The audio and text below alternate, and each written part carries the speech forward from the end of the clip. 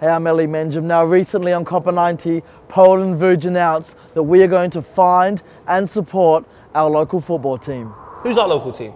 Like, who do you support? Liverpool. That's not your local team. I thought Arsenal was my local team. But realistically, we live in this studio. Well, guess what, Copper fam? We're going out to find out who our local team is. So we did some digging, and just a few blocks from the Comments Below studio here in Bermondsey, southeast London, we found a club that dates back to 1908. It's a supporter-run and owned club, and they're called Fisher FC.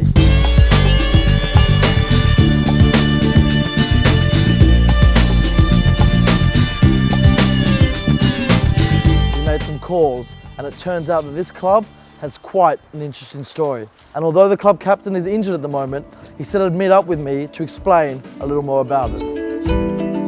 Danny, you're a local boy. I mean, you play for Fisher. Tell us about your role with the club. Been at the club a couple of years now, but as a kid I grew up watching Fisher on a Saturday, so it's a great honour to captain the club. Now obviously this is the ground where they used to play at. Is there any way you can actually get in? The best view you probably have is from my bedroom window. We've got a film crew with us. Yeah. I want to see out the bedroom window. I don't have a tidy up, just got out of bed. This is fantastic. This is what local community clubs are about. That is the football ground of Fisher FC. This is the house of its captain. I mean, you can't get more local than that. This is my bedroom as a boy. Let's go. That's all right. Just fill my bed, not me.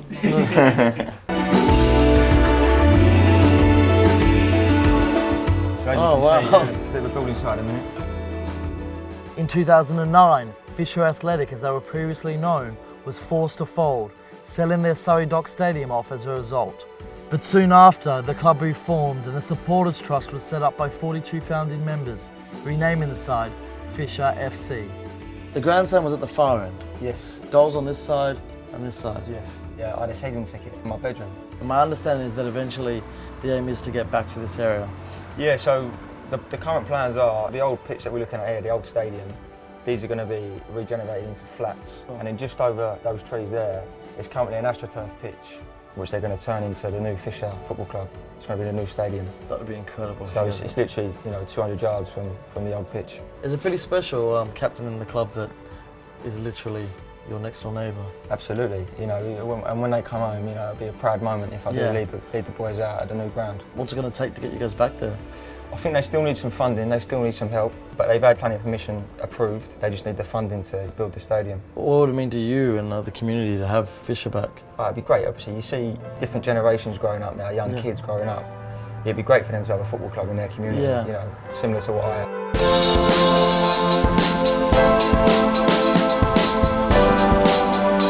In your 29 years here, how much of a contribution have you seen Fisher make to the community? It was part of the community. Yeah. The social side of it was fantastic as well. You forget that it's not just a football club, it's a social hub. It will come back again. Yeah, bigger and better. From the ashes. Yeah. I mean, that was absolutely brilliant. What a family, what a player, what a club, but it sounds like there's a lot more to this story.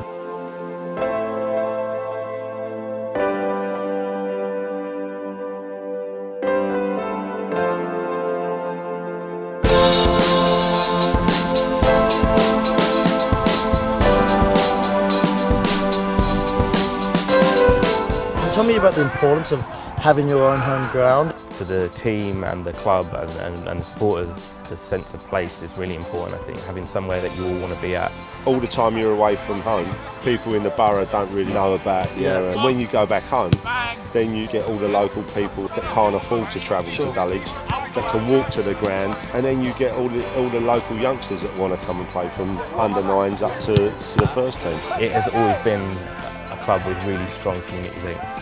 The dream is to have the badge on the arm that says conference football. In your own stadium. In our own stadium. Your own fans. Yeah, across the road from where we was when we last played conference football. Hopefully on Saturday we'll get a good result, win a bit of money. If we win, we get about £900, I think. To some that might not be much, but what would that do towards the club? It just pays for most probably 9 weeks of using this facility that we haven't got to worry about finding the money for. So it's just massive. Speaking to Bill, the manager, and Jevon, one of the volunteers, it takes you back. It's quite humbling. This really is what football is all about. These people like Jevon and the chairman and the secretary and the supporters, these people deserve all the success in the world because they took the club from nothing.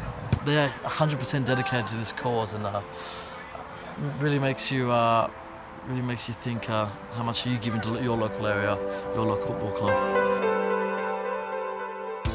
It's match day for Fisher FC. They've got an FA Vase fixture against Seaford Town, and for the first time on Copper 90 we've actually been invited with the team to travel on the coach to the game. And it's not just us travelling with them, the fans are on the bus as well. So let's go join them and see what it's like to travel non-league style. You got the suit on, Bill? How you going? Yeah, all right. Ready for match day? Done all your preparations and everything like that? We're all ready to go.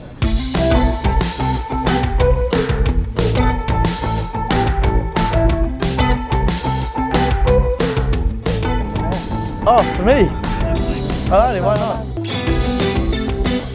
You do this like we're doing today, travel with fellow fans and the directors and the players and supporters of the coach, and there's a whole real community spirit. How important is non-league football? Yeah. That's where it's, Because a lot of people forget that. I come from Australia, where when we think of England, we think of the Premier League and we think of, the FA Cup perhaps, final rounds. But since being here, you really don't realise that this is the foundation of the game. Massively, but it's the foundation of football in England, but unfortunately it's not funded in the right manner from up above. Without us, there's no, the little lads who can't go and pay £30-40 for a Premiership game. Go down the road to Fisher, got £5, but they go and watch a decent game of football, or just Fisher, any non-league football.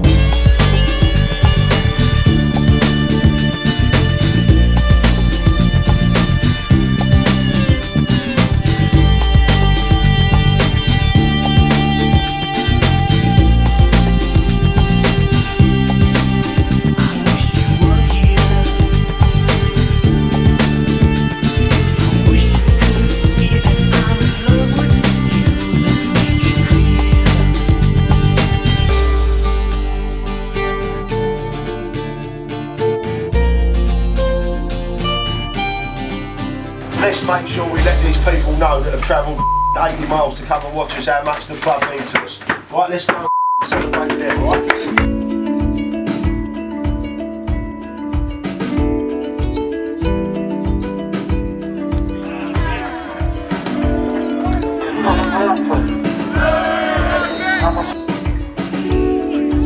Come on, Fisher!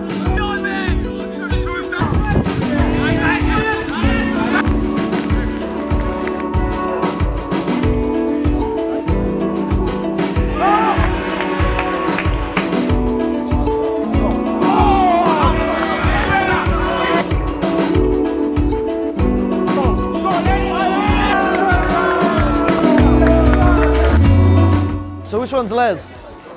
Les, how you going, Les? How long have you been involved with the club? I joined the club in 1948. 1948? As a boy. 60 odd years. What does Fisher mean to you? My life. Yeah? My complete life.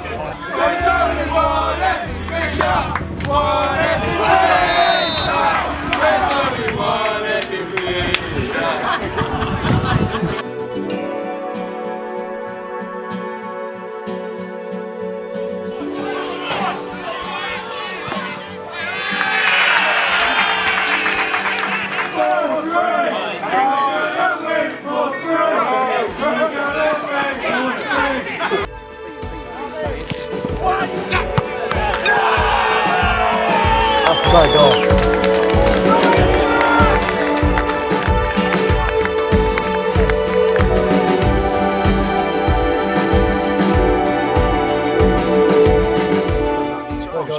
Yeah, we'll be here every week now, Experience. Two halves. Yeah, it's And we lost both. I think we're gonna. We started this story in the search to find our local football club, but what we ended up discovering was something so much more, from the incredibly dedicated players and staff to the amazing characters that make up their fans. This Fisher FC really is a real football club. They've been so welcoming to us, from letting us mingle with the players to traveling on the coach to the game with them, that we want to pay it back. And that's why on the 18th of October, we are going to head to their home game and give them all the support we can. And we want you, the Copper fam, to do the same with us. Click on the link below and help us support our local club the right way. Who scored the last goal? Mate, you want to see the footage of what we got.